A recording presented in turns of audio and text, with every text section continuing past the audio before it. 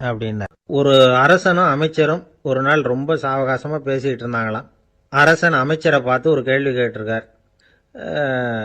ஏங்க அமைச்சரே, ஆசை இல்லாத ஒரு மனுஷனால் இருக்க முடியுமா அப்படின்னு. ஏன் முடியாது, துறவி அப்படிங்கிறவங்கெல்லாம் அப்படிப்பட்டவங்க தானே அப்படின்னாராம் அமைச்சர். அவங்கெல்லாம் உண்மையிலேயே ஆசையை விட்டவங்க தானா அப்படின்னு கேட்டாராம் ராஜா. அப்படி தான் இருக்கணும் அப்படின்னாராம் அமைச்சர். அப்படின்னா ஆசையே இல்லாத ஒரு உண்மையான துறவியை நான் பார்க்கணுமேன்னார். அது என்ன பிரமாதம், அதுக்கு நான் ஏற்பாடு பண்ணுறேன் அப்படின்னு விட்டார் இவர். சொல்லிவிட்டு உடனே புறப்பட்டு போனார். அங்கங்கே தேடினார். அப்புறம் தான் அவருக்கு புரிஞ்சுது உண்மை துறவியை கண்டுபிடிக்கிறது எவ்வளவு கஷ்டமான காரியம்னு. இருந்தாலும் ராஜா கிட்ட சொல்லியாச்சே உண்மை துறவியை காட்டுறேன்னு. இப்போ என்ன பண்ணுறது? ராஜா கிட்ட சொன்னபடி நடக்கலைன்னா அவருக்கு கோபம் வந்துடும். அமைச்சர் ஒரு யோசனை பண்ணார். அவருக்கு ஒரு வழி தெரிஞ்சுது. அதுதான் சரின்னு முடிவு பண்ணார். அதாவது அந்த ஊரில் அவருக்கு தெரிஞ்ச நாடக நடிகர் ஒருத்தர் இருக்கிறார், நல்லா நடிப்பார். அவரை போய் பார்த்தார். இதை பாருப்பா, எனக்காக நீ ஒரு காரியம் செய்யணும்னார். என்னன்னு கேட்டார் அவர். நீ ஒரு துறவி மாதிரி கொஞ்ச நேரத்துக்கு நடிக்கணும். ராஜா வந்து உன்னை பார்த்துட்டு போகிற வரைக்கும் நடி, அது போதும். அதுக்காக உனக்கு 10,000 ரூபா தரேன் அப்படின்னார். அவர் எந்த காலத்தில் இவ்வளவு பணத்தை மொத்தமாக பார்த்துருக்கார். அதனால் உடனே சரின்னு ஒத்துக்கிட்டார். அமைச்சர் வந்து அரண்மனைக்கு திரும்பி வந்தார். என்ன அமைச்சரே, இன்னுமா ஒரு உண்மையான துறவி கிடைக்கலன்னார். உண்மையான துறவி ஒருத்தரை இப்போ தான் கொஞ்ச நேரத்துக்கு முன்னாடி பார்த்து பேசிவிட்டு வர்றேன். அவர் நம்ம ஊருக்கு வெளியில் குளத்தங்கரையில் உள்ள ஒரு ஆலமரத்துக்கு அடியில் உட்காந்துருக்கிறார் அப்படின்னார் இவர்.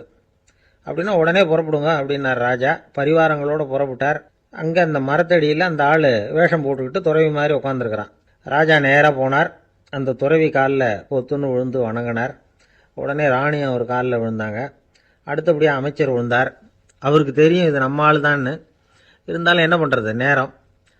அப்புறம் பரிவாரங்கள்லாம் துறவி காலில் விழுந்து ஆசீர்வாதம் வாங்கிட்டாங்க. ராஜா அப்புறமா தங்கத்தட்டில் பொண்ணையும் பொருளையும் வச்சு அந்த துறவிகிட்ட ரொம்ப பணிவாக நீட்டுறார். தாங்கள் தயவு பண்ணி இதை ஏற்றுக்கணும் அப்படின்னு வேண்டிக்கிட்டார். அந்த துறவி பற்றில்லாமல் அதை பார்த்தார். எல்லாத்தையும் திறந்துவிட்ட எனக்கு இதெல்லாம் எதுக்காக அப்படின்னு சொல்லி அதை மறுத்துட்டாராம்.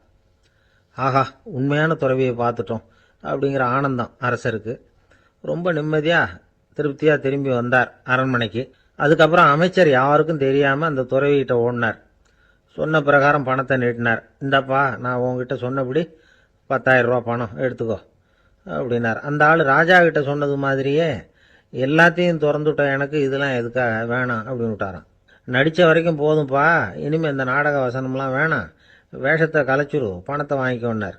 இல்லைங்க, இது வேஷம் இல்லை, இது வசனமும் இல்லை, இது உண்மை. கொஞ்ச நேரம் துறவி மாதிரி நடித்ததுக்கே இந்த தேசத்து ராஜா ராணி அமைச்சர் பரிவாரங்கள் எல்லாம் என் காலில் விழுந்து வணங்குறாங்க. அப்படின்னா உண்மையான துறவியாக இருக்கிறது எவ்வளவு பெருமையான விஷயம். நான் உண்மையான துறவியாக ஆக போகிறேன், அப்படி முடிவும் பண்ணிட்டேன் அப்படின்னார் அந்த நடிகர். வேஷம் கூட எப்படிப்பட்ட விளைவுகளை உண்டு பண்ணுது பார்த்தீங்களா. நம்மால் ஒருத்தன் ரொம்ப வசதியாக தான் இருந்தான்.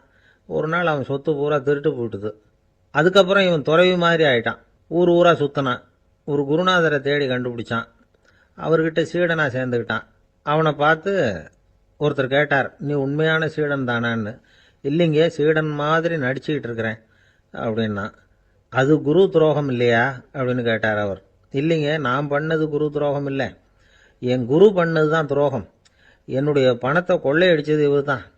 அதை எங்கே வச்சிருக்காருன்னு கண்டுபிடிக்கிறதுக்காக தான் இவர்கிட்ட வந்து சீடனாக சேர்ந்துருக்கிறேன் அப்படின்னா. இன்றைக்கு பல